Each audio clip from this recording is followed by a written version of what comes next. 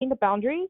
And I mean, I'm of course I'm human. Like there were some clients that were attached, and I had a soft spot for them. It was really hard for me to not get attached to some of the clients, but it was just being very transparent with your supervisor and kind of dealing with that, because there was a lot of countertransference or just a connection, a very strong connection, and it was difficult, but it was it's just a matter of practice, really, to recognize, your own strength of like, okay, I understand that this is getting a little too family, like they wouldn't have a family, so they would see me as their mom, dad, sister, brother, best friend. Like it was just a constant texting of like, hey, how are you doing, what are you doing, like kind of like we're friends, but it was, how to set a strong boundary. I did have a patient or a client that didn't want to see me anymore because she was really hurt that I wasn't hanging out with her. So Oh, she was trying to fire me because she's like, you're not good, I don't like talking to you, and blah blah blah. But I did help process that with my supervisor. I did reach out to my supervisor to kind of guide the conversation, and she ended up staying, but there was definitely a shift in our relationship because she wanted a kind of big sister mother person. It was really hard, but it was a lot of my own emotional and professional support with my staff, and being able to say I need help with this one, which is really hard to do because you're like, oh, I don't want to say I can't do it, but it's not so much that I couldn't do it, it's just that I just needed support to support them, if that makes sense. oh, Yeah. Yeah. that's touching. All right. Yeah. Um. Okay, I suppose we're done with helping patients reach recovery goals. I do Like, see the cultural one, the next question. yeah, and Um we already discussed the cultural things, right? Could you yeah. discuss like a particular case where like somebody's cultural or spiritual or like religious values Mhm. were like hindering, there was like friction between you and that person because of that cultural and Yeah, spiritual there values? was I mean, I worked with a lot of Hispanics. I'm Hispanic myself, so there was a very like nice level of understanding there and a connection. I could relate. There was a lot of families that were heavy with religion, and the client wasn't so much. So that was the friction between the client and the parents. Being in a Hispanic community, there's a level of respect that you must have with your elders, and um, I was in a neutral place where I can see both sides and I can help guide both sides. But the parents were often offended because, as an adult and them being an adult, you just assume you're going to agree. And that wasn't always the case. So there was a lot of friction in helping both the client and the parents understand that they're going to have some differences. And that doesn't mean anything other than they're going to have differences. I was very fortunate to be able to work with my own community and be able to relate in that way. I did have one patient that stands out, and I'm never going to forget this patient. I had him for 2 years, and he was from Bangladesh, and his family came here to the States, and they were in the process of becoming citizens. He wasn't so big on his Muslim religion, but his parents were. So it was very hard because the mom did not speak English. She understood it, but she struggled to speak it, and dad spoke both perfectly. And so I had a lot of work with my client, my male client, and his dad, and there was a lot of my client is assimilating and adapting U.S. culture and customs, which was not okay with dad. So it was 2 years of work. It was a lot of hard work, and it made Yeah. me realize that my colleagues who struggle with the Hispanic population, where I was like, I wasn't aware. Like for me, it was easy. Like, oh, I work with Hispanics all the time. I'm Hispanic. This is great. But then I get this Muslim client, and I finally saw the challenges that my colleagues were facing with their Hispanic clients because I didn't know the language, I didn't know the culture, I didn't know the level of respect that one has, even beyond that of us Hispanics, like the level of respect you must have with your father, your mother, your elders, and just everything was different. But we were persistent, And the good thing is that the parents were very open to treatment, very open, and it made the work that much easier. And we were able to get to pretty good place between the four of us, the parents, the client, myself. But it was Oh, hard, and especially right, right, because the right. client was on. Hmm. So how did you overcome this, like, there was this language barrier and this difference in like Hmm. values, so how did you overcome that? How did you as a It was therapist? my own research. I had to educate myself. I was literally walking around with this memoir of an author that wrote a book that's called How to Be a Muslim, and which at the time it didn't occur to me that I'm walking around with this book that said How to Be a Muslim, but it was a memoir, and it was a memoir, and it really helped me understand like this guy had severe mental illness and depression, and he was struggling with coping, like accepting his religion. And so I read that with my client. I was like, I need you to help me help you. Like, you're the expert of yourself, so help me understand where you're coming from, help me understand the values, the ethics, the culture. I just don't know. So I did my own research, and it was a lot of research, and but it was really nice to see something other than outside myself and what I'm Yeah, used outside to. your And perspective, right? Outside your absolutely, perspective, yeah, absolutely. I feel like right. I grew a lot more with that client, and he wasn't offended. He was very open to helping me understand. I mean, we had a book club where it was just him and I, like, okay, I'm reading this book, can you read it with me?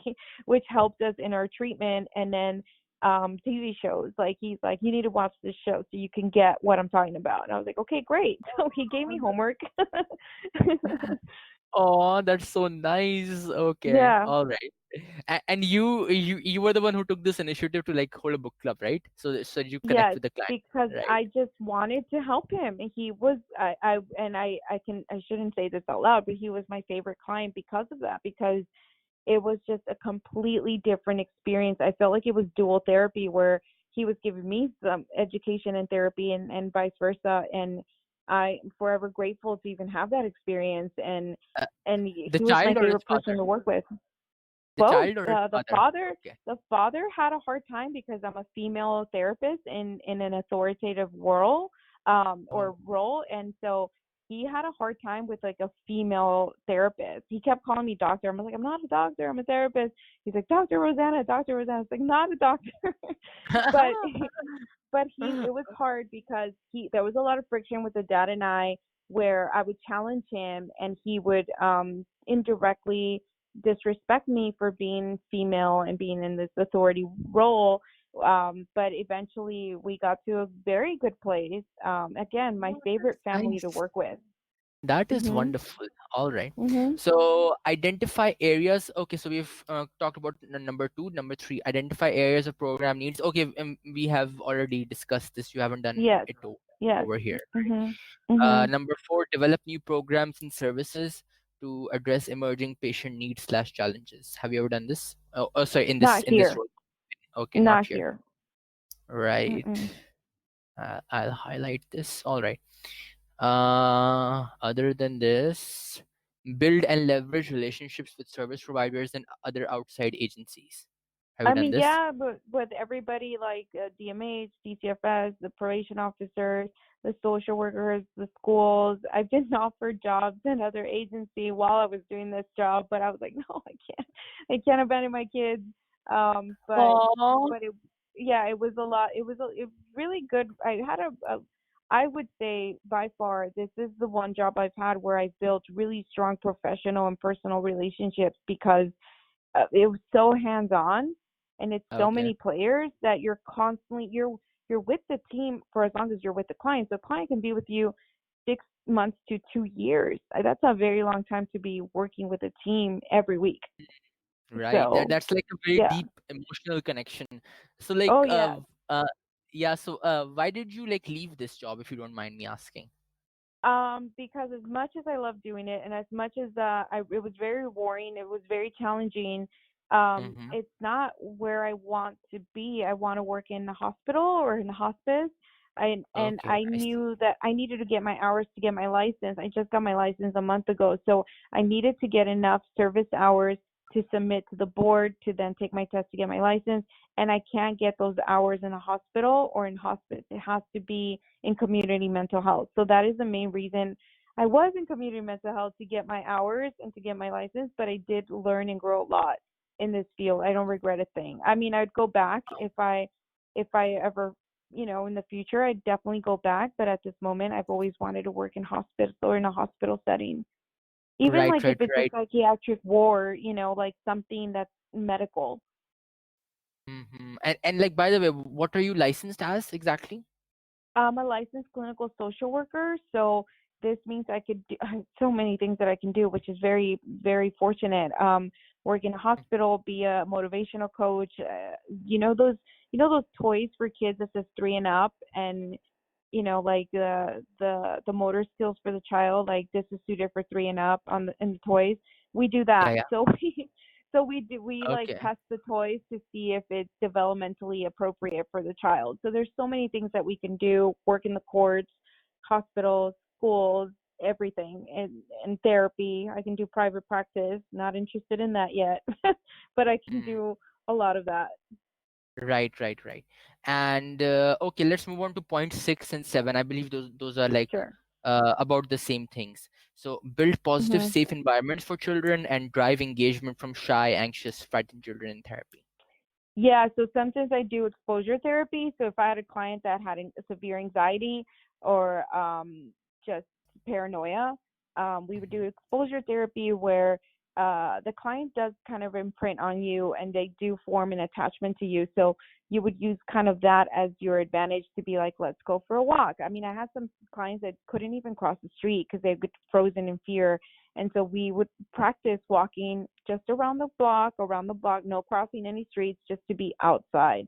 I've been in the bus with a client to show them how to use the bus and to be, vigilant, aware of their surroundings.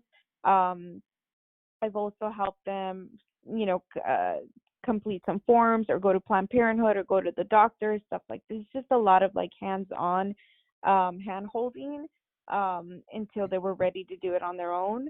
Um, the exposure therapy was mainly the one, or just ensuring their safety when they were removed from the home and staying Right, with right. them. Okay, like building very strong, long-lasting relationships with them, right? Yes. Okay, and building up. Okay, so we've talked about like positive. So okay, okay, okay, wait a second. Uh, right. In medical terms, could you explain like what were these kids suffering from? Like who were very shy or anxious? Like, is this like an emotional disability? Like what would you call Yeah, it so medically? they had attachment um they had attachment issues, abandonment issues. They were emotionally distressed, whether it was exposure to trauma or Mhm, they were victimized themselves. I've mhm. had clients that were shot in drive-by shootings and or witnessed a crime, and they were, very hyper vigilant Traumatized. because of that. Yeah. Yeah, Yeah. there's a lot of trauma. We did a lot of trauma narratives to help process what happened. Um, Mhm. what else? I'm trying to think. What is so much? It's so much. Um, Even I'm like I'm feeling overwhelmed by so much information, like so yeah, much. it's a How much? lot. It's a lot. Yeah, I mean, I it's would so even go much. to like the kids' school concerts because they would Hmm. see me in the audience, and if they connected with me, they felt safer. So I would go to the school concerts, obviously not telling anybody who I was, and just support them through there. Like sometimes I they would practice their class presentations to kind of alleviate some of the nerves that they had, and then I will help them like, okay, think of this and do that. So it was a lot of practicing like very soft skills, life skills, and just reminding them they're not alone. So even if I had to show up, I mean, I've been to their graduations, I've been to their different ceremonies just to be there, just to be an additional support. Right, right, right, right. And this is how you build that connection with them, and like you Right, drove engagement from them in therapy, right? right. Right, Mhm. right, right. So this improved engagement in therapy, all right. And builds positive, safe environments is also done. Uh, Yeah. Incorporate new research to improve treatment methods. We've already discussed this. Yes. and identifies and manages resistance, conflict, and work with clients, including patients, families, healthcare teams, and community representatives. That Okay, one is well, hard because hmm mhm. We've that already one, discussed part of this. Like yes. when you were discussing the Bangladeshi family, we already discussed part of this. But like, is there hmm any other thing you want to mention with regards to this Yes. clinical resistance? Sometimes the social worker, the state social worker, were, they were pretty jaded. I mean, I don't know what they were dealing with and how many cases they had, but there was some resistance with the external providers and sometimes the internal providers too, where we didn't align in our treatment for the client. So I wanted to move the treatment one way, they wanted another way. At the end of the day, it should have been, it's always the client's choice on how they want to proceed. So my main role was to support whatever choice that was with the client. Even if I didn't agree with it, it's not my treatment. So I can't decide. I can suggest, I can recommend, but I can't force the client to follow a routine, a treatment plan. So it was my job to always align with the client, of course, unless it's going to hurt them.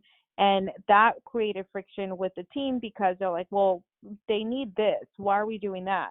Like, it doesn't matter what they need, it matters how they want to proceed. So even if sometimes I had a client that would really explain their narrative as trauma, but they didn't want to work on the trauma piece. They wanted to work on anxiety or depression, and I couldn't go against that. So that was hard. That took But a lot aren't of your clients training. kids? Aren't your clients kids? Yes, yes, but they it's still their treatment, so I can't force treatment on them. Even medication, sometimes I recommended they be on medication and they would have an evaluation, the doctor would agree, and they would refuse. And I can't force them to do something they don't want to do, even if they need it. So unless again, whatever it is they want to do is causing harm, I can't go against their wishes. Um, and I feel like this is going to be a lot of hospice work too. It's like some patients are going to be able to